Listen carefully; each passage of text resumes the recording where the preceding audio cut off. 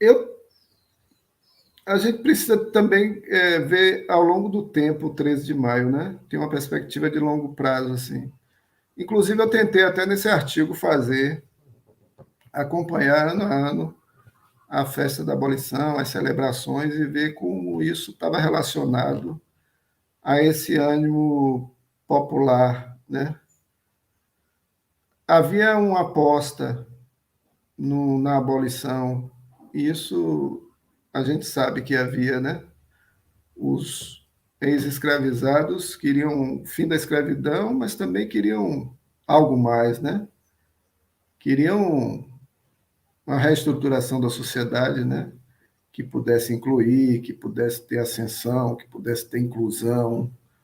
Havia esses desejos, né, de inclusão e de ascensão social, de melhoria das condições de vida. Tá?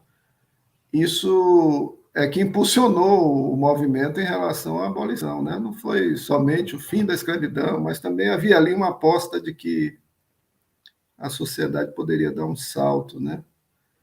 Como se falava, né? Notícias chegavam sobre o processo de abolição em outros lugares que ocorrera a abolição e que as pessoas tiveram, vamos dizer assim, ganhos, né?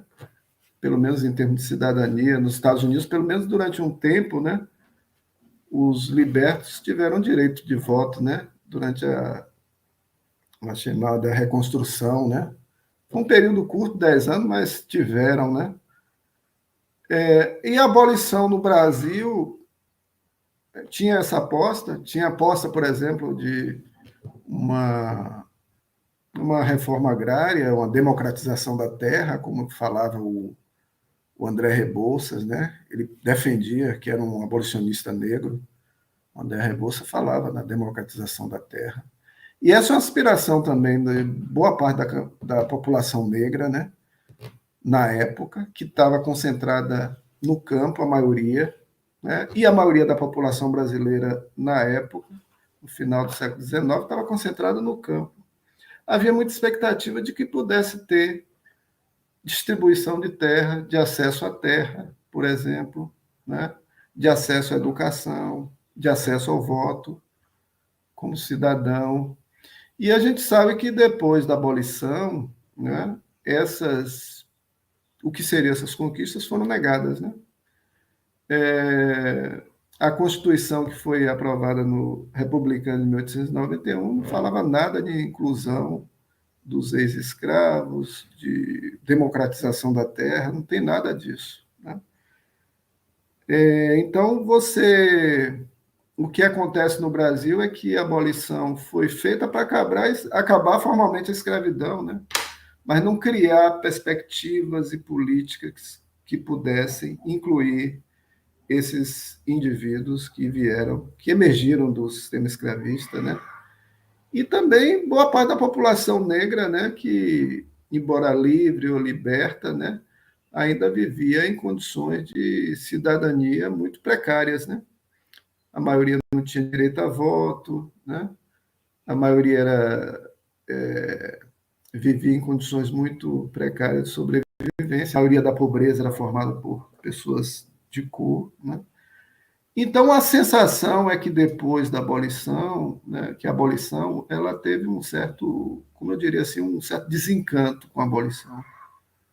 Eu acredito que esse desencanto ele se projeta nessas festas também.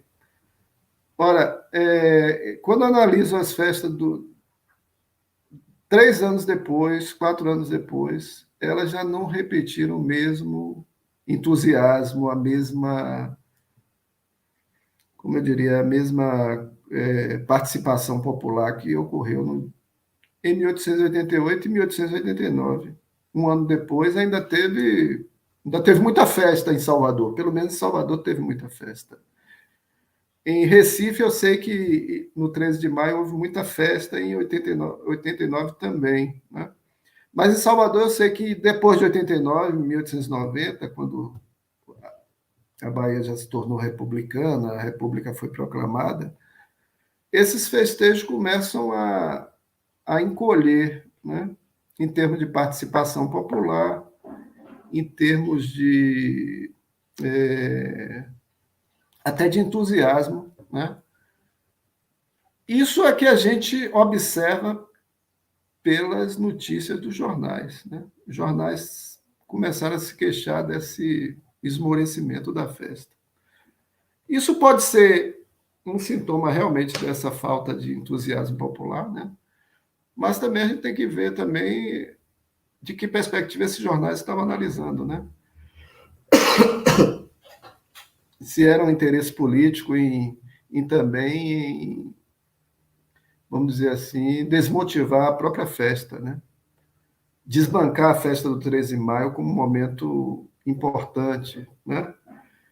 Depois de 88, isso pode ser possível também da gente pensar, se a gente considerar o seguinte: depois de 88, havia esse medo aí que você colocou, esse medo branco, né? Que começa a se fortalecer, né? Quando muita gente percebeu nas ruas esse protagonismo negro, né, de pessoas do campo, da cidade, que saíram às ruas, reivindicando a abolição, mas reivindicando também direitos políticos, querendo participar da política, né? Gente querendo se manifestando dentro dos partidos liberal e conservador. E aí você vê passeatas tanto do Partido Liberal quanto do Conservador, envolvendo também libertos, com presença de libertos, o que mostra que esses libertos estavam antenados, eles estavam querendo também participar, né, do jogo político. Né? Depois você entra no debate sobre Brasil, sobre república ou monarquia, também você vê, por um lado, gente negra aderindo à república, vendo a república como uma possibilidade de que o Brasil pudesse criar políticas, dentro da República, se criar políticas inclusivas, e, por outro, gente defendendo também a monarquia, né? Gente negra defendendo a monarquia, fiado na ideia de que a monarquia seria uma garantia de que a escravidão não voltaria e que os republicanos tinham mais compromissos com os escravocratas do que com os abolicionistas, com a liberdade. Então, você vê, dentro da comunidade negra, a gente participando dessas várias correntes, desses vários debates. Né? Isso é muito interessante, né? Mostra que essas pessoas estavam antenadas, percebendo. Né? E isso também gerou um medo entre a classe senhorial, entre os ex-senhores, né? De que essa população politizada, cada vez mais querendo participar do processo político, do jogo político, né? Poderia representar uma ameaça à, à ordem, o que eles consideravam a ordem, né? A ordem social montada, né?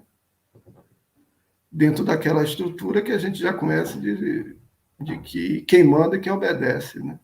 Que é herdada da escravidão.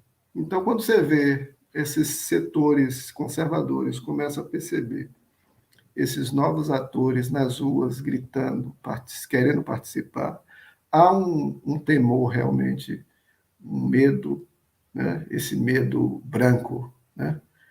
E que tinha a ver com esse medo, tinha a ver também com as experiências da abolição em outros lugares, né? É isso que eu tento também argumentar. O exemplo dos Estados Unidos, né? Que houve conflagração em torno da abolição, né?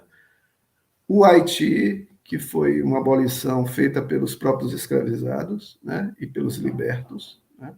Conseguiu tornar o país independente e tal, acabou a escravidão depois. Isso lançava um alerta, né? Nessas elites baianas, nordestinas como um todo, né? E brasileira como um todo, no sentido de que era preciso conter essa liberdade, né? E eu acredito que muito dessa adesão à República, à defesa da ordem, né, vem na esteira desse desejo de que era preciso restabelecer uma ordem que fosse hierarquizada racialmente, socialmente, né, em que, vamos dizer assim, restabelecesse, né, aquela ideia de que quem manda é que obedece, né, ou quem deve obedecer, estabelecer esse lugar da população negra, né, esse lugar subalternizado. Então, a República, ela chega meio com esse, meio não, ela chega com essa intenção, né, de conter, de fazer parar esse processo, né?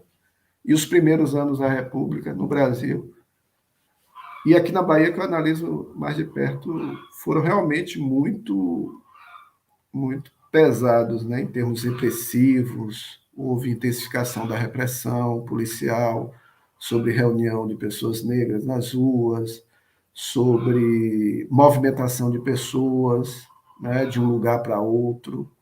Houve uma intensificação do controle do que eles chamavam de vadiagem, né? Então, há toda uma... Inclusive, o primeiro governador, o Manuel Vitorino, que eu disse aqui que ele foi celebrado como abolicionista, ele foi o primeiro governador, né? Ele, uma das primeiras medidas que ele tomou foi criar uma guarda, né? Uma guarda cívica, né? Que tinha o papel de policiar o campo, né? Circular nas fazendas e ver quem era vadio, quem era vagabundo. E aí você sabe, esses termos, vadio, vagabundo, era para pegar os libertos que não queriam trabalhar nas fazendas em que eles foram escravizados, né?